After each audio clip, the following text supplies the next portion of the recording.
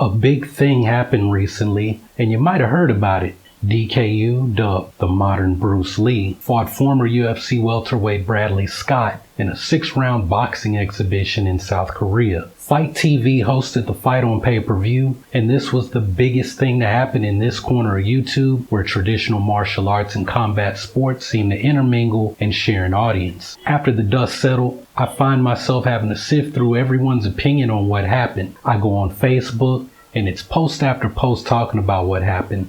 I go on Instagram, and DK Yoo's posts are at the top of my feed with hundreds of comments either criticizing him or praising him for stepping in the ring.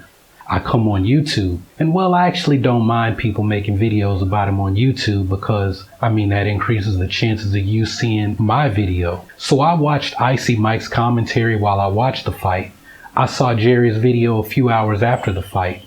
I watched Ramsey Dewey's video. I watched what my guy Rokas had to say. After everything that everyone has recorded on a video or written in a fairly lengthy post, I have to say this. All of y'all are wrong, and DK Yoo was clearly the winner here. Now I know what you're thinking. Prince, how do you figure that DK Yoo won the fight? All he did was hug and run. Oh yeah, and fall a lot. Look, I know what happened. I sat there and I watched the fight live on a Sunday morning, but I'm telling y'all, DK Yoo came out the winner here. I felt like he might get the win in the actual match because Brad and Joe are in South Korea. They're on his turf. They're fighting in an event that was sponsored by the WCS. The refs and judges were paid by DK Yoo, and one of the commentators was even one of DK Yoo's students. So talk about everything being stacked against you. I really thought that they were going to find a way to give DK Yoo the victory on points, like maybe Brad would be deducted for every time DK Yoo fell, or when Brad was having a conversation with a ref while he's being held and hugged by DK Yoo. But it really didn't matter because, like I said, regardless of what the judges' scorecards would say at the end of the fight, DK Yoo was going to walk away with a victory, and not a moral victory, not some BS participation trophy. An actual victory.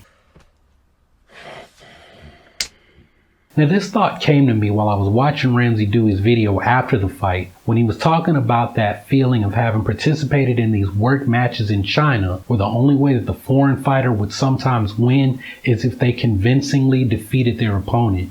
These promoters involved in worked fights, all they do is shoot themselves in the foot and pull the sport back into the Stone Age, and that's what DK Yoo has done. When Coach Ramsey said that, I kind of laughed to myself because Xu Xiaodong was originally going to be DK Yoo's opponent.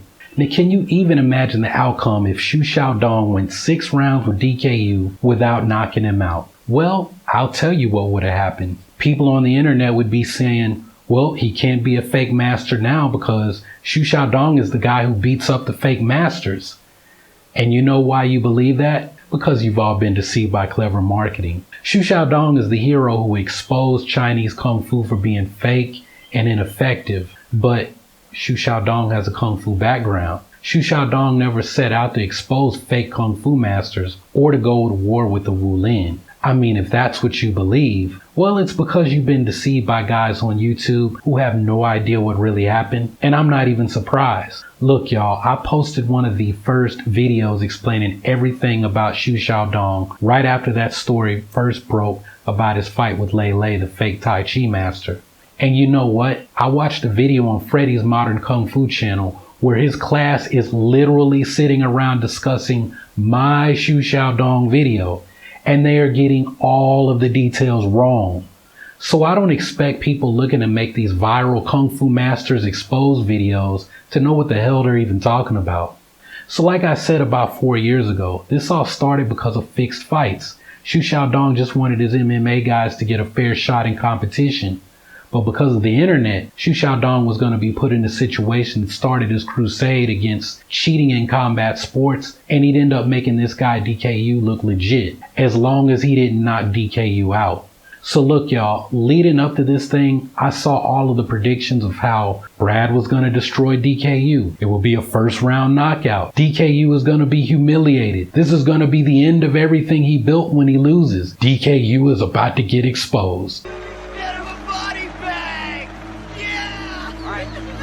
But now that the fight went all 6 rounds, look at how the narrative has changed. Now people are posting, how could Brad not knock him out? Brad isn't as good as I thought. Brad looked bad too. Brad was in on the fix. So before it was all about how Brad was going to destroy DK Yoo. And when that didn't happen, well, there must be something wrong with Brad. Maybe we were wrong to put our faith in him. And just to be clear, this is what I see other people saying. I don't feel that way at all. Look, I think Brad went in there with the intentions of knocking him the hell out, but after that first round, when DK Yoo was literally turning, running, and not really putting up much of a fight, look, I think Brad went easy on the guy. So look, Brad gets respect from me for being a good sport and realizing that this guy was clearly not on his level. All he needed to do was make it clear to everyone else watching and the judges that he was the superior fighter. I mean, this isn't one of these self-defense LARPing situations where you're supposed to leave the opponent incapacitated and mangled. But unfortunately, a lot of martial arts guys who have never competed at anything and aren't any type of athlete, they didn't see it that way. They've turned to criticizing Brad as if he's in on the fix. Like, I've even seen people suggest that DK Yoo was lucky that he only faced Brad and not Xu Xiaodong like he was originally supposed to fight. So now Xu Xiaodong is better than Brad? I mean, come on, son. And see, this is all playing into what DK Yoo's team was looking to accomplish. I mean, why else do you think it was called a special match? The whole thing was going to play into DK Yoo's marketing machine. And that's exactly what DK Yoo and his team set out to do.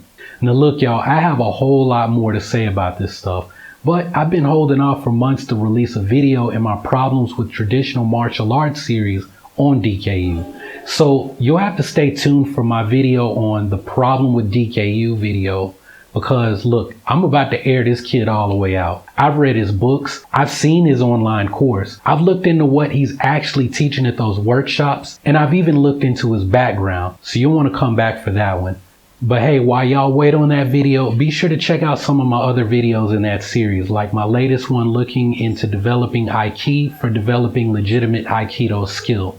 And real quick, I'm just curious, what did y'all think about DK Yoo's fight? And I mean, I'm really going to be reading the comments from you guys on this because I'm interested in knowing. But anyway, hey, y'all keep training, remember to breathe, and I'll see you on the next video.